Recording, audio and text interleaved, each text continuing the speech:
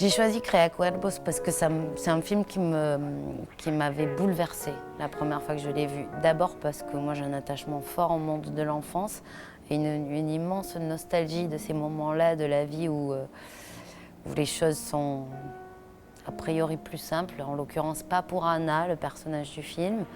Il y a quelque chose dans la lenteur et dans la fragilité de l'ambiance générale qui me touche et qui m'avait absorbée. Datant de 1976, Cria Cuervos est le 6e et le plus célèbre des 9 longs métrages que le cinéaste Carlos Saura a tourné avec sa muse et compagne, Geraldine Chaplin. Le titre comporte des points de suspension, car il est le raccourci d'un proverbe espagnol. Cria Cuervos y te sacarán los ojos. Élève des corbeaux, ils t'arracheront les yeux. Un dicton qui illustre toute la violence en germe du monde de l'enfance, selon Carlos Saura. Sí, bueno, yo tengo la idea de, no sé si equivocada o no, de que realmente cuando se dice alegremente que qué maravilla los niños, el mundo infantil, que qué bien lo pasan los niños, etcétera, etcétera, que quién fuera otra vez niño, todas esas cosas, a mí me parece que se habla por hablar. Y yo creo que la infancia es una época muy dolorosa en la vida de un ser humano y que está llena de angustias y de zozobras y de desconocimiento de las cosas. Y la demostración es que es cuando más impera el miedo, ¿no? O sea, realmente las escenas de terror que uno ha vivido, o que la mayor parte de las personas han vivido, se han desarrollado en su infancia, lo cual quiere decir que no es verdaderamente... Et ce côté monde parallèle dans la vie entre les enfants ou même dans son petit intérieur à elle et dans son imaginaire et ses fantômes, c'est quelque chose qui me parle vachement parce que moi j'étais une enfant assez solitaire, en l'occurrence aussi avec les livres. Moi ça a été une question de survie à un moment donné. Avec les 5 livres qu'il y avait à la bibliothèque de Marseillette, mais il y avait les bons, quoi. Il y avait Charlie la chocolaterie, il y avait les petites filles modèles, il y avait les contes du chat perché, il y avait ce qu'il fallait pour pouvoir voyager, même au milieu de cette solitude-là. Et cet enfant seul, qui observe le monde de Cria Cuervos, c'est Ana Torrent, la petite madrilène de 10 ans, découverte par Saura 3 ans plus tôt, dans un autre chef-d'œuvre inoubliable du cinéma espagnol, L'Esprit de la ruche, de Victor Erice. Actrice surdouée, elle teinte les films de sa présence fragile et de son bouleversant regard.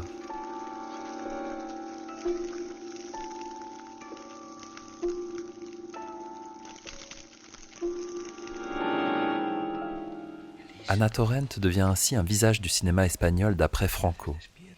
No tengo sueño. ¿Dónde vas? Voy a hacer un viaje, ¿sabes? Un viaje muy largo. ¿Me das un beso de despedida? ¿Cuándo vuelves? No lo sé. Vamos, acuéstate. Cuida mucho de mamá. Et en 1996, le public la retrouve jeune adulte, poursuivie par un assassin psychopathe dans T6, le premier film d'Alejandro Amenábar.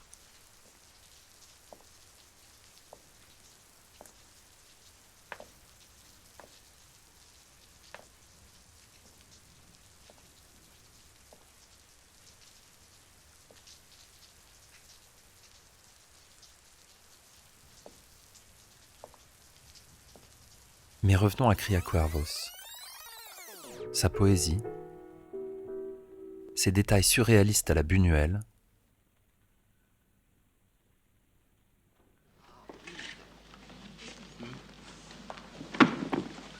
Qu'est-ce que c'est que cette plaisanterie?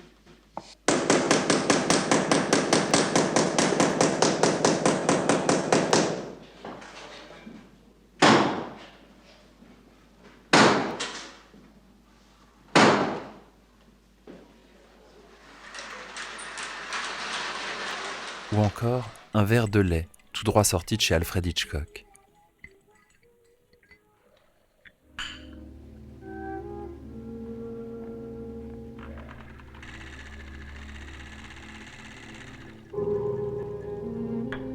Gracias, Annie. Eres un sol. De nada, tía. Et puis, toutes ces digressions et ces chemins de traverse.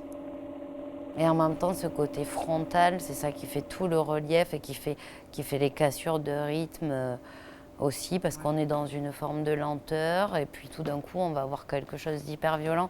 En termes de réalisation, c'est aussi d'une puissance et d'un courage. Il y a plein de choses qu'on n'oserait même plus faire aujourd'hui, et notamment ça, ce regard caméra de cette maman qui déjà, juste en photo, est bouleversante parce que toute la tragédie de sa vie entière peut se lire dans ses yeux alors même qu'elle est immobile. Et donc effectivement, ces moments où on est confronté à elle, c'est générateur de frissons à tous les coups, quoi.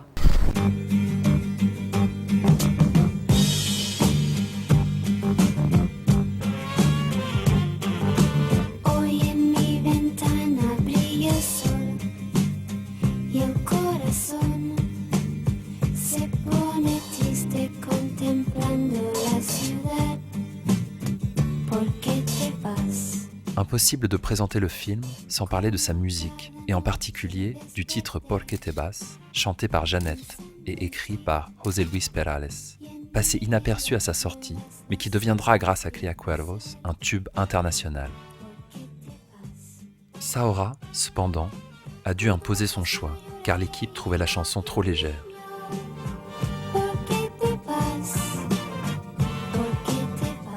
C'est là l'erreur fatale, mais ne jamais paraphraser un film triste, une chanson joyeuse. Moi, c'est une règle d'or que j'applique même à mes chansons, à mes écrits, à tout.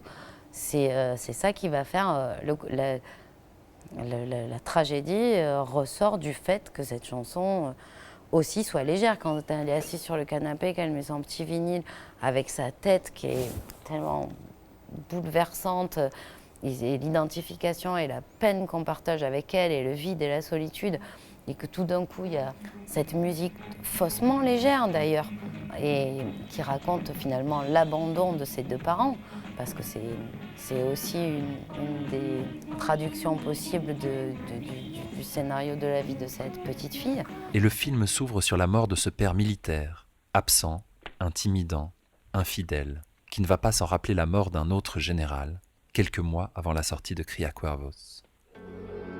Une page ténébreuse de l'histoire du monde se tourne.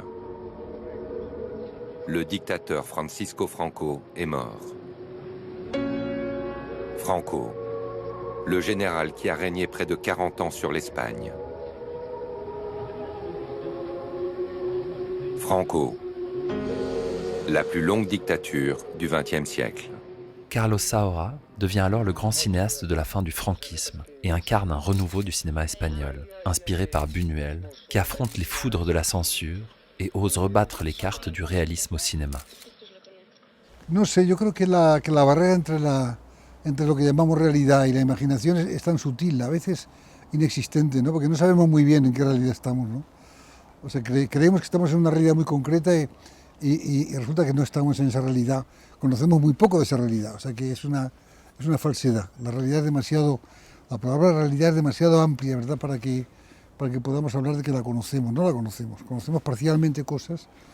Y yo creo que la imaginación, los sueños, etcétera, forma parte de esa realidad. O sea, yo creo, todas mis películas, ¿verdad?, trabajan un poco sobre ese juego entre imaginación y realidad, porque yo creo que no veo una separación, en mí mismo no la veo, ¿no?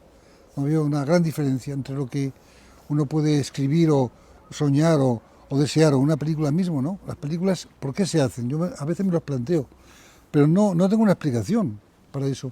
Simplemente es una especie de necesidad vital, ¿no?, de expresarme.